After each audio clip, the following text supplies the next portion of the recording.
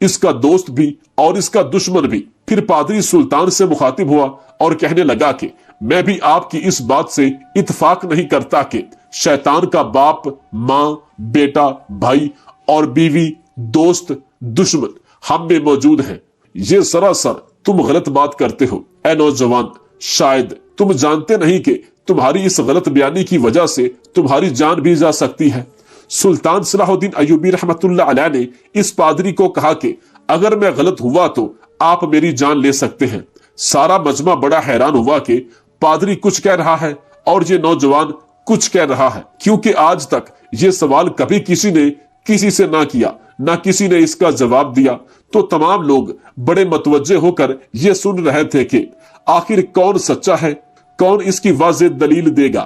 تھوڑی دیر بعد پادری نے سلطان سے کہا کہ اگر تم یہ ثابت نہ کر سکے تو تمہیں اس بڑے مجمع میں موت کے گھاٹ اتار دیا جائے گا، کیونکہ تم نوجوانوں کو گمراہ کرنے اور غلط تعلیم دینے کا جرم کر چکے ہو۔ یہ سن کر سلطان صلاح الدین ایوبی رحمت اللہ علیہ نے کہا کہ مجھے منظور ہے۔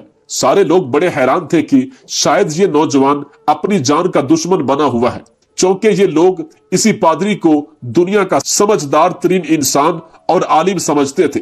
سلطان نے اپنی بات جاری رکھتے ہوئے کہا کہ اگر میں غلط ہوا تو آپ میری گردن اڑا دینا، لیکن اگر میں نے واضح دلیل سے ثابت کر دیا اور یہ سارا مجمع مان گیا تو مجھے اس کے بدلے کیا ملے گا؟ اس قبیلے کا پادری کہنے لگا کہ جو تم چاہو تمہیں وہ چیز ملے گی۔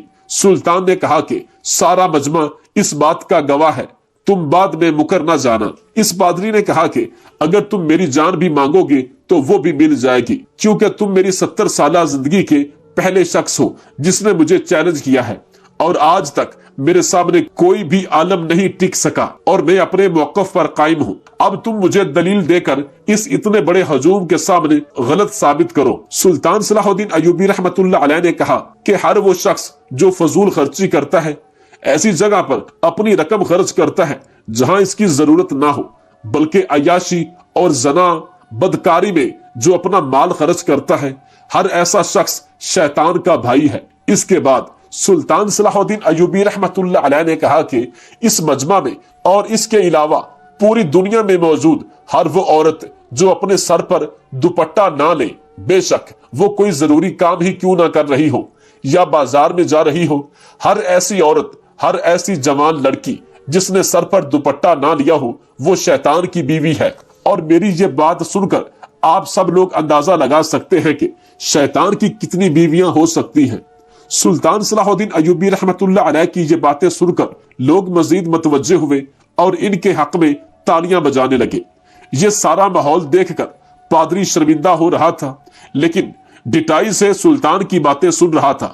پھر سلطان صلاح الدین ایوبی رحمت اللہ علیہ نے کہا کہ ہر وہ چھوٹی بڑی عمر کی عورت جو مہمان کے آنے پر منہ چڑھانے لگے، خواہ مخواہ میں بناوٹی غصہ بنا لے، اپنا رویہ بدل لے، تو ہر ایسی عورت شیطان کی ماں ہے، چونکہ مہمان خدا کی بھیجی ہوئی ایک خاص رحمت ہے، اور جو عورت اس اللہ تعالیٰ کی بھیجی ہوئی رحمت کو زحمت سمجھے تو ہر ایسی بدبخت عورت کو شیطان اپنی ماں سمجھتا ہے۔ پھر سلطان صلاح الدین ایوبی رحمت اللہ علیہ نے با آواز بلند کہا کہ دنیا میں کسی بھی جگہ پر کوئی بھی شخص جو بالغ عمر کو پہنچ گیا ہو اور بعد جماعت نماز میں امام سے پہلے رکوع یا سجدہ کرتا ہو، ہر ایسا شخص شیطان کا بیٹا ہے، کیونکہ اللہ تعالیٰ کو رکوع اور سجدہ پوری نماز میں سب سے زیادہ عزیز ہے، اور جو شخص ان دونوں عملوں میں امام مسجد سے پہلے جھکاؤ اختیار کرتا ہے تو گویا شیطان اسے اپنا بیٹا سمجھتا ہے۔ اس کے بعد سلطان صلاح الدین ایوبی رحمت اللہ علیہ نے کہا کہ ہر مرد و عورت جب 10 سال کی عمر کو پہنچ جائے تو وہ دنیا کی کوئی بھی چیز کھائے یا پیے، اور اگر یہ انسان کھانے پینے سے پہلے بسم اللہ نہیں پڑھتا تو یہ شیطان کی اولاد ہے۔ تمام تر کائنات میں صرف ایک نام اللہ تعالیٰ کی ذات کا ہے جو ہر کھانے پینے والی چیز سے پہلے لیا جانا چاہیے، کیونکہ وہ چیز پاک ہو جائے اور شیطان کی غلاظت سے ہر لحاظ سے محفوظ ہو جائے گی۔ لیکن جو شخص کھانے پینے کی کسی بھی چیز سے پہلے بسم اللہ نہیں پڑھتا وہ شیطان کی اولاد ہے۔ پھر سلطان صلاح الدین ایوبی رحمت اللہ علیہ نے اپنے جاہ جلال میں آ کر تمام لوگوں کو مخاطب کر کے کہا کہ ہر وہ شخص شیطان کا باپ ہے اور قیامت والے دن بھی شیطان اس کے باپ کے نام سے جانا جائے گا۔ پادری نے پوچھا، کون ہے ایسا بدبخت شخص جو شیطان کا باپ بنے گا؟ سلطان صلاح الدین ایوبی رحمت اللہ علیہ نے کہا، اذان سن کر نماز نہ پڑھنے والا، ایسا ہر بدبخت آدمی شیطان کا باپ ہے۔ پھر سلطان صلاح الدین ایوبی رحمت اللہ علیہ نے گرجدار آواز میں کہا کہ جو شخص نیکی کی بات، حق کی بات، بھلائی کی بات لوگوں تک پہنچائے، ہر ایسا شخص شیطان کا دشمن ہے، اور ہر ایسا بدبخت شخص جو حق بات، نیکی کی بات، گناہ سے رکنے والا عمل کسی دوسرے انجان شخص کو نہ بتائے، وہ شیطان کا کھلا دوست ہے۔ سارا مجمع اور سلطان صلاح الدین ایوبی رحمت اللہ علیہ دیکھ رہے تھے کہ پادری سر جھکائے کھڑا ہے۔ پادری نے کہا، اے نوجوان، بے شک میرے لیے یہ ساری باتیں نئی تھی، مجھے ان باتوں کا علم نہ تھا۔ تمہاری یہ باتیں ہیرے موتیوں کی طرح قیمتی تھی، جن کا کوئی مول نہیں، لیکن میں اپنے وعدے کے مطابق تمہیں اجازت دیتا ہوں کہ تم مجھ سے دنیا کی کوئی بھی چیز مانگ سکتے ہو۔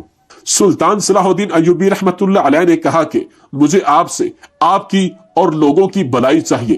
پادری نے کہا کہ آپ کوئی عالم نہیں ہو سکتے، کیونکہ عالم اتنی بنیادی چیزوں کے بارے میں معلومات کم ہی رکھتے ہیں۔ پہلے آپ اپنا تعارف کرائیے کہ آپ کون ہیں۔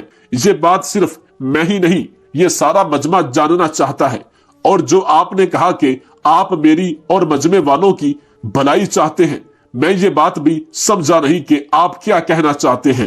پھر سلطان صلاح الدین ایوبی رحمت اللہ علیہ اپنے اصلی روپ میں سامنے آئے تو پادری نے آپ کو پہچان لیا اور کہنے لگا کہ مسلمانوں کے سلطان آپ اور یہاں؟ سلطان نے کہا کہ میں معافی چاہتا ہوں کہ میں بن بلائے آپ کے مذہب کی باتیں سن رہا تھا، لیکن میرا مذہب اس بات کی اجازت دیتا ہے کہ جہاں کہیں بھی کوئی بھی غلط عمل یا غلط بات پھیلائی جا رہی ہو، وہاں پر اس کی اصلاح کی جائے۔ یہ پادری بھی نہایت سمجھدار اور بڑے لوگوں کی قدر کرنا جانتا تھا۔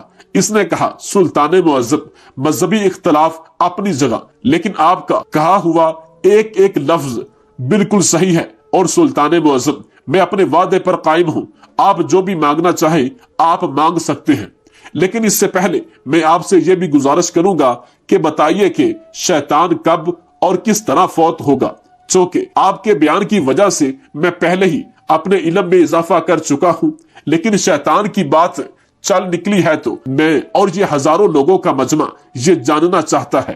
سلطان صلاح الدین ایوبی رحمت اللہ علیہ فرمانے لگے کہ قرآن مجید میں اللہ تبارک و تعالی ارشاد فرماتا ہے کہ ہر نفس کو موت کا مزہ چکھنا ہے، یعنی کائنات کے ہر جاندار کے لیے اللہ پاک نے موت کا وقت اور جگہ متعین کر رکھی ہے۔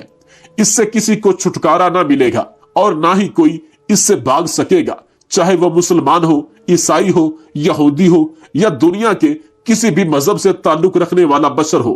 بے شک وہ گناہ گار ہو، نیکوکار ہو، پرہیزگار ہو، چاہے کسی بھی حال میں کیوں نہ ہو، موت کا ذائقہ ضرور چکھے گا۔ اس لیے ابلیس شیطان کو بھی ایک دن موت آئے گی، لیکن وہ دن کون سا ہوگا؟ کون ابلیس کو موت دے گا؟ کیا شیطان کو نزا یعنی موت کے وقت اس عالم میں تکلیف ہوگی؟ شیطان کتنے عرصے تک موت کی نیند سویا رہے گا؟ یہ پادری، اس کے سپاہی اور تمام لوگ سلطان کا منہ تکتے رہ گئے کہ یہ کوئی الگ ہی مخلوق ہے، کیونکہ سلطان بڑی روانی سے اور اپنے جاہ و جلال میں بول رہے تھے۔ سلطان نے فرمایا کہ جب شیطان مردود کو اللہ تبارک و تعالیٰ نے جنت سے نکال دیا تو اس نے اللہ تبارک و تعالیٰ سے قیامت تک کے لیے مہلت مانگی کہ قیامت سے پہلے مجھے موت نہ آئے، لیکن اللہ پاک نے اسے وقت مقررہ تک یعنی ایک خاص وقت تک مہلت دی، جسے قرآن مجید کی سورہ الحجر میں یوں بیان فرمایا گیا ہے۔ اس نے کہا، اے پروردگار، لوگوں کے زندہ کیے جانے تک مجھے مہلت دے۔ اللہ تبارک و تعالیٰ نے ارشاد فرمایا، تجھے مہلت دی جاتی ہے وقت معلوم تک کے لیے۔ وقت معلوم کو مفسرین نے نفخہ اور نفخہ اولا لکھا ہے، یعنی جب حضرت اسرافیل علیہ السلام پہلی دفعہ سور پھونکیں گے، قیامت کی نشانیاں جب پوری ہو جائیں گی تو مومنوں کی بغلوں کے نیچے سے ایک پیاری خوشبودار ہوا گزرے گی، جس سے تمام ایمان والے وفات پا جائیں گے، اور پھر اس کے 40 سال بعد ایک زمانہ گزرے گا کہ جس میں کوئی بچہ بھی پیدا نہ ہوگا، یعنی ہر انسان کی عمر کم سے کم 40 سال ہوگی۔ مسلمان چونکہ مر چکے ہوں گے، اس لیے زمین پر صرف مشرک اور کفار رہ جائیں گے۔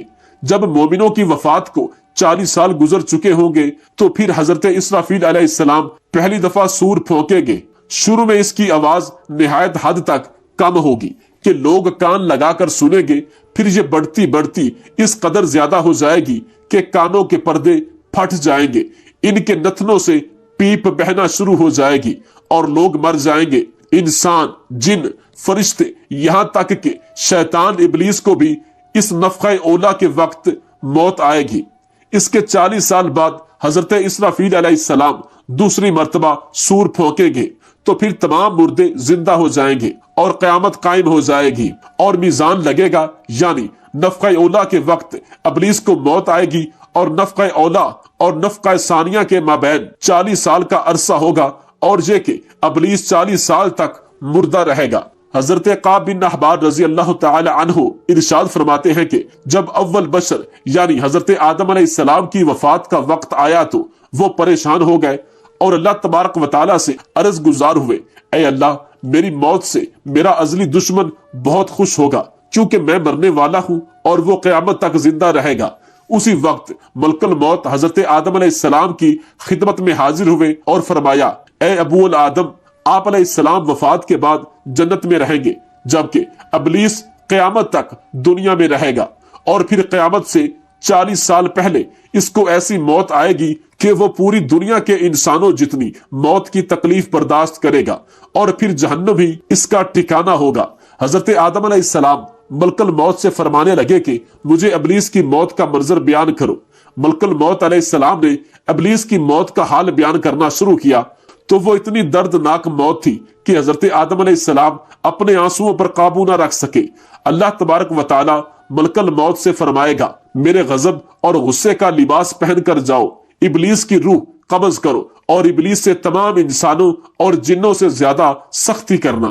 جب ملک الموت علیہ السلام غضب و غصے سے بھر کر موت کے فرشتوں کے ساتھ ابلیس کی روح قبض کرنے آئیں گے تو جو بھی آسمان اور زمین میں سے ان کو دیکھ لے گا وہ فوراً ہی مر جائے گا۔ جب ملک الموت علیہ السلام ابلیس کے پاس پہنچیں گے تو وہ دھاڑے مار مار کر روئے گا۔ پھر شیطان کو موت کی تکلیف دی جائے گی جو کہ ساری مخلوق کی موت کی تکلیف سے بھی زیادہ ہوگی۔ ابلیس گھبرا کر مشرق کی جانب بھاگے گا تو کبھی مغرب کی جانب، لیکن ہر طرف اپنے سامنے ملک الموت علیہ السلام کو پائے گا۔